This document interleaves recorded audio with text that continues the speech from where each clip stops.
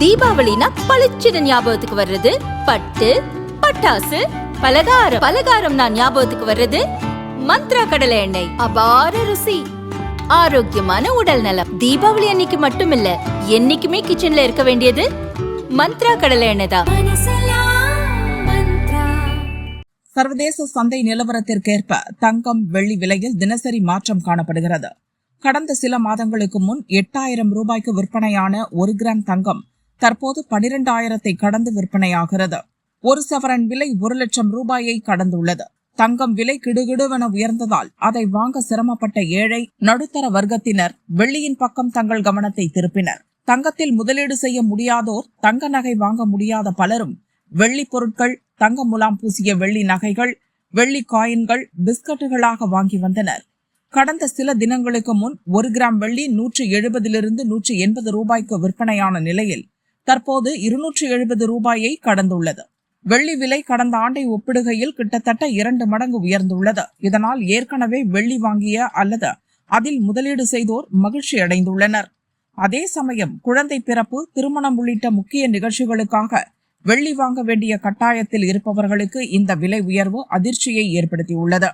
அதேபோல் சிறுக சிறுக சேமித்து வெள்ளி நகை வாங்கும் பழக்கம் உடைய மிடில் கிளாஸ் மக்களும் வெள்ளி விலை ஏற்றம் கண்டு ஏக்கத்தில் ஆழ்ந்துள்ளனர்.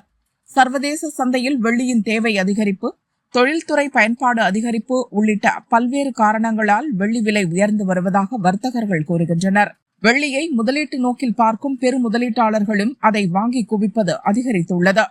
தங்கம் விலை நடுத்தர ஏழை மக்கள் எட்டி பார்க்க முடியாத தொலைவு சென்றுவிட்டதால் தற்போதே வெள்ளியில் முதலீட்டை துவங்குவது புத்திசாலித்தனமானது என நிபுணர்கள் கருத்து தெரிவித்துள்ளனர். இந்நிலையில் வெள்ளி விலை தொடர்ந்து உயருமா, அதன் தேவை இன்னும் அதிகரிக்குமா, வெள்ளியில் நம்பி முதலீடு செய்யலாமா, அது லாபம் தருமா என்பன உள்ளிட்ட பல்வேறு சந்தேகங்களுக்கு இந்தியன் புல்லியன் அண்ட் ஜுவல்லர்ஸ் அசோசியேஷனை சேர்ந்த யோகேஷ் கோத்தாரி விளக்கம் அளித்தார். வெள்ளி இதுக்கு முன்னாடி வெறும் அவங்களுடைய தேவைக்கேற்ப தான் வாங்கிட்டு இருந்தாங்க. ஆனால் இப்போ அது ஒரு மிகப்பெரிய முதலீடாக பார்க்குறாங்க.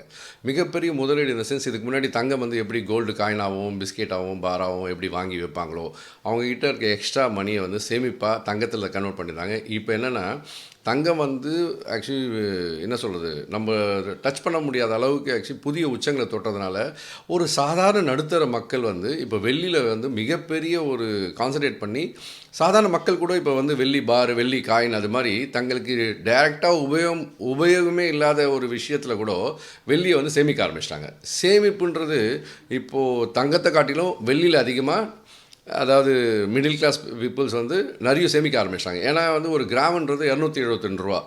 யாராலையும் ஆக்சுவலி ஒரு மாதத்துக்கு ஒரு 100 கிராம்ன்றது ரொம்ப ஈஸியாக சேமித்து வைக்கலாம்.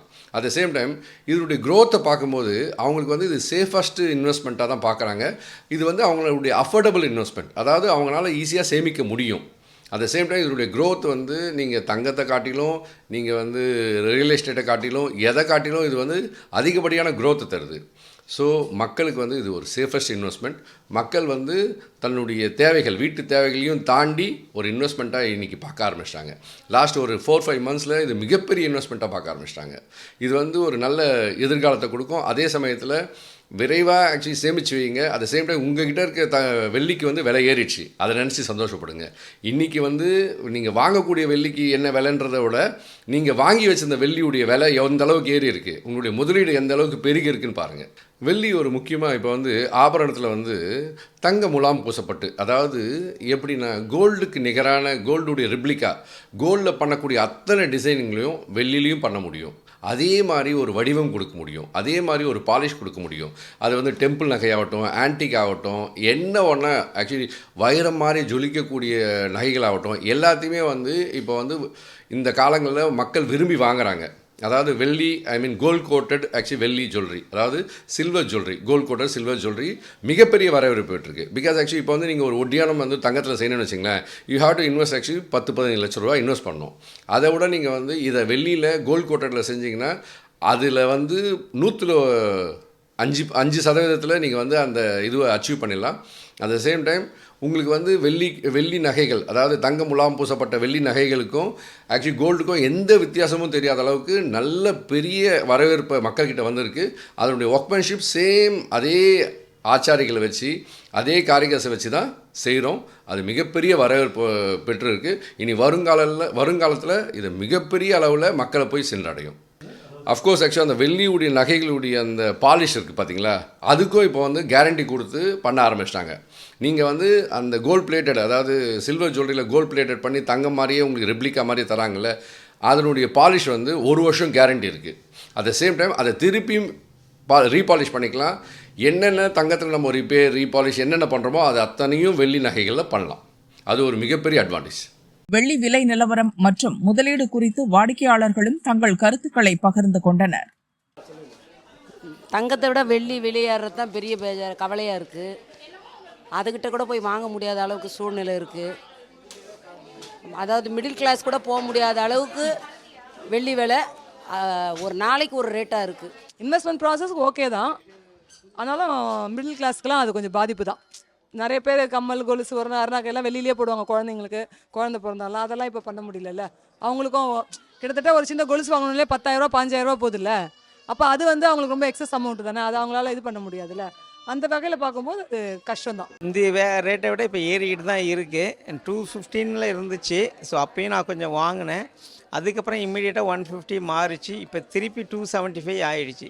இல்லை சேவிங் கம்பல்சரி இதில் ஒன்று பண்ணலாம். கோல்டு பண்ண முடியாதது கோல்டில் போனீங்கன்னா இப்போ 12,000 போயிடுச்சு. ஓகேங்களா? அதனால் சில்வர் வந்து கம்பல்சரி இப்போ 200 250 இருக்கும்போதே நம்ம கொஞ்சம் வாங்கி வச்சுக்கிட்டால் ஃப்யூச்சரில் நல்லாயிருக்கும்.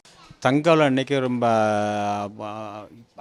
ரொம்ப அதிகமாக போயிட்டுருக்கனால மிடில் கிளாஸ் ஃபேமிலி வந்து இது இன்வெஸ்ட்மெண்ட் பர்பஸ்க்காக இதை வாங்குறாங்க. இதுவும் ஏறிட்டு இருக்குது. அப்போ தங்கத்தை முதலீடு பண்ணால் இது முதலீடு பண்ணாலும் கொஞ்சம் கம்மியாகும் அப்படிங்கிற நிலையில் பொருளாதாரத்துக்கு ஏற்ற மாதிரி வாங்கிறதுக்கு இது பண்ணுறாங்க. ஏன்னா இப்போ இது தங்கம் வந்து ஒரு கிராம் ஒரு பவுன் வந்து 1 லட்ச ரூபாய்க்கு மேலே போயிடுச்சு. ஆனால் அதே வெளியில் வந்து வெள்ளியும் அழியாத பொருள் தான், தங்கமும் அழியாத பொருள் தான். அதனால வெளியில் வந்து முதலீடு பண்ணதுக்கு மக்கள் விரும்புகிறாங்க, நாங்கள் விரும்புகிறோம். கோல்டை கம்பேர் பண்ணும்போது சில்வரும் ஈக்குவலாக இன்க்ரீஸ் ஆகிட்டு தான் இருக்குது. ஸோ நாங்கள் இப்போ ஆஃபீஸ் கோயர்ஸ்க்கு டெய்லி ஆப்ஷன்ஸாக ஜுவல்ஸ் அந்த மாதிரி இதெல்லாமே சில்வரில் எடுக்கிறது கொஞ்சம் கம்ஃபர்டபுளாகவும் இருக்குது, கொஞ்சம் சேஃபாகவும் ஃபீல் பண்ண வைக்குது. பட் அதுக்காக அதிகமாக எடுத்து இப்போயே நம்ம ஃப்யூச்சருக்காக சேவ் பண்ணணுன்னு எல்லாரும் நினைக்கிறதுனால தான் ரேட் இவ்வளோ இன்க்ரீஸ் ஆகுதுன்னு நினைக்கிறோம். ஸோ அந்த மாதிரி இல்லாமல் தேவைக்கு எவ்வளோ வேணுமோ அந்த மாதிரி ஒரு ஆப்ஷனாக நம்ம ஆல்டர்னேட்டிவ் ஆப்ஷனாக இங்கே வேணால் வரலாம்.